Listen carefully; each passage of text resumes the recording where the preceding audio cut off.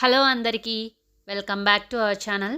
అందరూ ఎలా ఉన్నారు? నేనైతే చాలా బాగున్నాను. మీరందరూ కూడా బాగుండాలని మనస్ఫూర్తిగా అయితే కోరుకుంటున్నా. వన్ డేకి 24 అవర్స్ అంటే ప్రతి ఒక్కరికి కూడా ఒక రోజంతా 24 అవర్స్ మాత్రమే ఉంటుంది.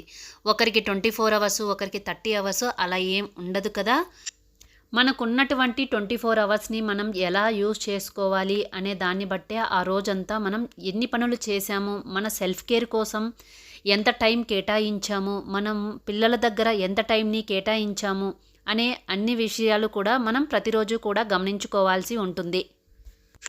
ఇది ప్రతి ఒక్కరు కూడా గమనించుకోవాలి. అంటే ఓన్లీ ఇంట్లో ఉండే హౌస్ వైఫ్ మాత్రమే కాదు, వర్కింగ్ ఉమెన్స్ కానీ, వర్కింగ్ జెంట్స్ కానీ, ఇంట్లో ఉండే అబ్బాయిలు కానీ, ఎవరైనా కానీ, చదువుకునే పిల్లలు ఎవరైనా కానీ తమకున్నటువంటి సమయాన్ని ఎలా కరెక్ట్గా యూజ్ చేసుకోవాలి, ఎలాంటి ప్లానింగ్ అనేది చెయ్యాలి, ఉన్నటువంటి 24 అవర్స్ని ఎలా డివైడ్ చేసుకోవాలి అనే విషయాన్ని ఈ వీడియోలో చెప్తాను. వీడియో నచ్చితే ప్లీజ్ లైక్ చేయండి. అలాగే వీడియో చివరిలో మీకోసం మంచి మనసు పలికే మాట కూడా ఒకటి ఉంటుంది.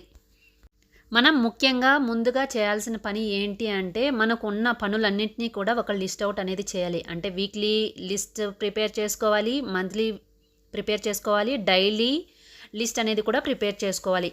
అలా మనం ఎప్పుడైతే ప్రిపేర్ చేస్తామో మనకున్న పనులన్నింటినీ కూడా సింప్లిఫై చేసుకొని ఆన్ టైంకి వర్క్ అంతా కూడా కంప్లీట్ చేసుకోవడానికి చాలా వరకు అయితే హెల్ప్ అవుతుంది ఈ లిస్ట్. అలాగే మనకున్నటువంటి వర్క్ అంతా కూడా లిస్ట్ అవుట్ చేసుకున్న తర్వాత దాని పక్కనే మనం టైం అనేది కూడా మెన్షన్ చేసుకోవాలి. అంటే ఇప్పుడు ఒక కుకింగ్ చేస్తున్నామంటే దానికి ఎంత టైం పడుతుంది అనేది అప్రాక్సిమేట్గా మనకు తెలుస్తుంది కదా. ఆ టైం అనేది మనం అక్కడ మెన్షన్ చేసుకోవాలి. అదేవిధంగా అన్ని పనులకు కూడా 5 మినిట్సా, 10 మినిట్స్, హాఫ్ అన్ అవరా, 1 అవరా అనేది ప్రతి ఒక్క పనికి కూడా మనం ఆ పని పక్కలో మనం ఎప్పుడైతే లిస్ట్ అవుట్ చేసుకుంటామో అప్పుడు మనం వితిన్ టైంలో కరెక్ట్గా ఫాలో అవ్వడానికి కూడా చాలా వరకైతే ఈ లిస్ట్ అనేది మనకు హెల్ప్ అవుతుంది.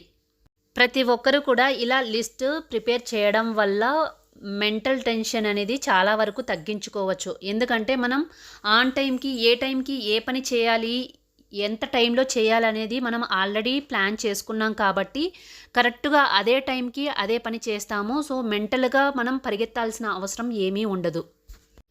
ఒక్కొక్కసారి మనం ఒక్కలమే అంత పని చేయలేం కాబట్టి మనం ఇంట్లో వాళ్ళ హెల్ప్ కూడా తీసుకోవాల్సి ఉంటుంది. అంటే పిల్లల దగ్గర కానీ, ఇంట్లో ఉండే హస్బెండ్ వల్ల కానీ, లేదా అత్తమామల వల్ల కానీ, ఇలా ఎవరైనా కానీ మనకు హెల్ప్ చేయడానికి ఎవరైతే వీలుగా ఉంటారో వాళ్ళ దగ్గర నుంచి చిన్న చిన్న పనులు చేయించుకోవడానికి మనం హెల్ప్ అనేది తీసుకోవాలి.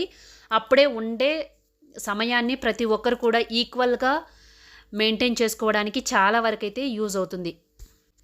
ఇలా మనం ప్లాన్ చేసుకోవడం వల్ల మనకు టైం అనేది వేస్ట్ అవ్వకుండా మనం ఏ పని ఎప్పుడు చేయాలో కరెక్ట్గా ఆ టైంకి మనం ఆ టైంని యూజ్ చేసుకుంటాం. మిగిలిన టైం అంతా కూడా మనం సెల్ఫ్ కేర్కి కూడా వాడుకోవచ్చు.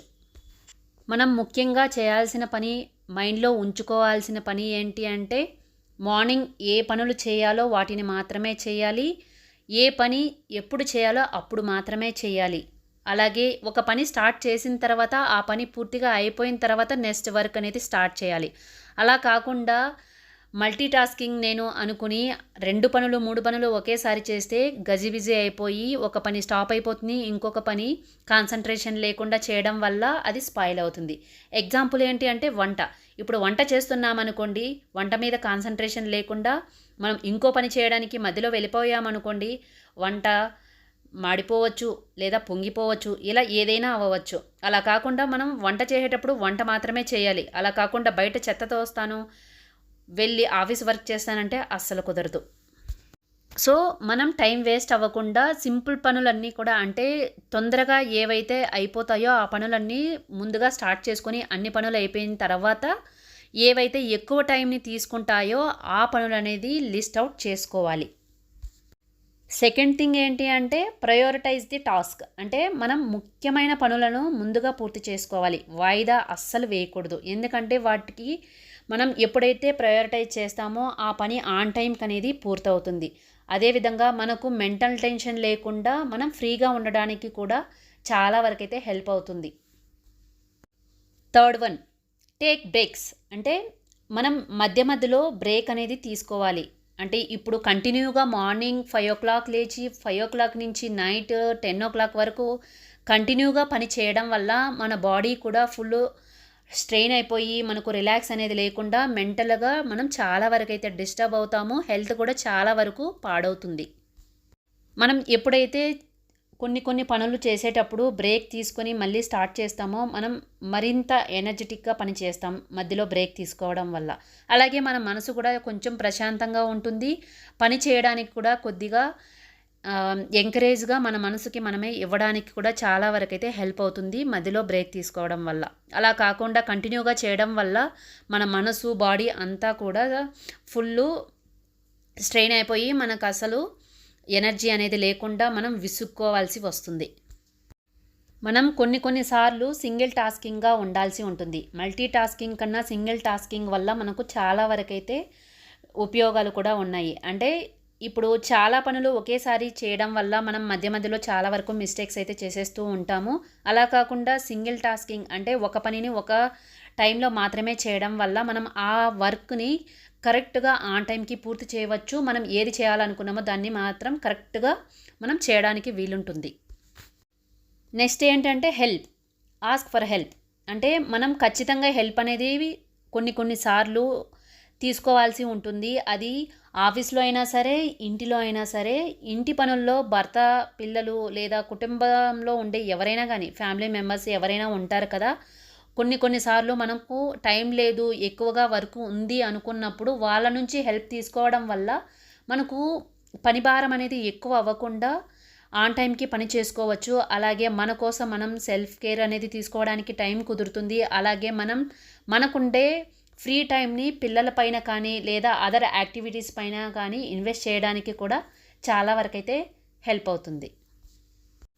మెయిన్గా ఇది ప్రతి ఒక్కరూ కూడా గుర్తుంచుకోవాలి. పర్సనల్ టైం అంటే మన సొంత పనుల కోసం మనం ఖచ్చితంగా ప్రతిరోజు కూడా అట్లీస్ట్ మినిమం అన్నా కూడా ఒక హాఫ్ అన్ అవర్ అయినా కూడా టైం అనేది కేటాయించుకోవాలి. అలా మనం టైంని మన కోసం మనం ఎప్పుడైతే కేటాయిస్తామో ఖచ్చితంగా మనం హ్యాపీగా ఉంటాం, హెల్తీగా ఉంటాం. మనసు కూడా చాలా ప్రశాంతంగా ఎటువంటి చికాకు లేకుండా ఉంటుంది. 7th point, learn to say no.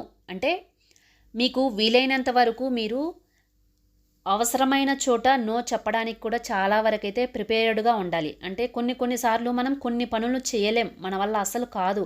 అలాంటి పనులు మనం చేయలేమని స్ట్రైట్ ఫార్వర్డ్గా నో చెప్పడానికి అస్సలు సంకోచించకండి. ఎందుకంటే మనం చేయలేనప్పుడు దాన్ని మన నెత్తిన వేసుకొని అంత స్ట్రెయిన్ అయిపోయి చేయాల్సిన అవసరం ఏమీ లేదు. మరి అంతగా ఏమీ అయిపోదు, ప్రపంచమేమీ బద్దలవ్వదు. సో ఖచ్చితంగా నువ్వు చేయలేనప్పుడు చేయలేను అని ఖచ్చితంగా ఎదురుగానే చెప్పేసేయి.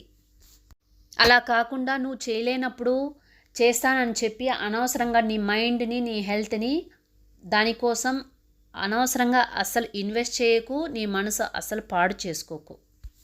ఇలాంటి విషయాలన్నీ కూడా చాలా వరకు గర్ల్సే పాటిస్తూ ఉంటారు. అంటే వర్కింగ్ ఉమెన్స్ ఉంటారు కదా, వాళ్ళే చాలా వరకు పాటిస్తూ ఉంటారు.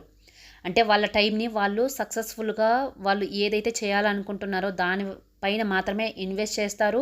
అసలు టైం వేస్ట్ చేసుకోకుండా ఆన్ టైంకి వర్క్ చేయడానికి ట్రై చేస్తూ ఉంటారు. ఎందుకంటే ఆఫీస్లో వాళ్ళకి ఒక టైమింగ్ సెన్స్ అనేది ఆల్రెడీ సెట్ అయి ఉంటుంది కాబట్టి అదే టైంకి ఆ పని మాత్రమే చేస్తారు. ఇంట్లో ఏ పనులు చేయాలో ఆ పనులు చేసుకుంటూ ఉంటారు.